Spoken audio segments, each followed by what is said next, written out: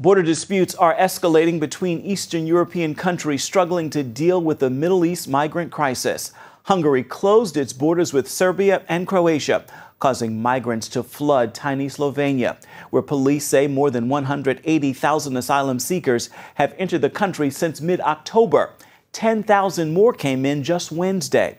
With a small population of 2 million people, Slovenia cannot handle the flood of people. Chuck Holton visited migrant camps in Austria on Slovenia's border. The civil war in Syria has created upwards of 3 million refugees, and Austria is finding itself at the center of the ongoing crisis as many make their way into Europe seeking asylum. I recently visited the Traiskirchen Refugee Center just south of Vienna. I was surprised to find that the majority of the refugees, however, weren't from Syria.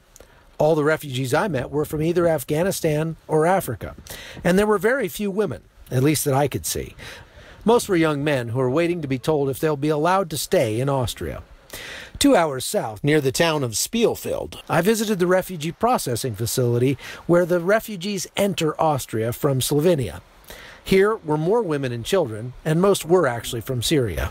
So I'm just leaving the checkpoint between Austria and Slovenia, and they've been moving the refugees out of here on buses. As soon as they get here, they send them to the German border, bus them through Austria. And Germany has had a problem with that because they call it human trafficking, which I guess in a sense it is. But when you have a country here in Austria of 8 million people and Germany of 80 million people, Austria feels like Germany should have the lion's share of the burden when it comes to that. But right now there aren't any refugees left. They left just a moment ago, the last of them from this checkpoint.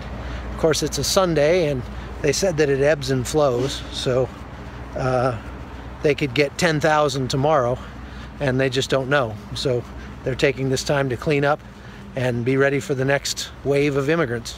I'm Chuck Holton for CBN News.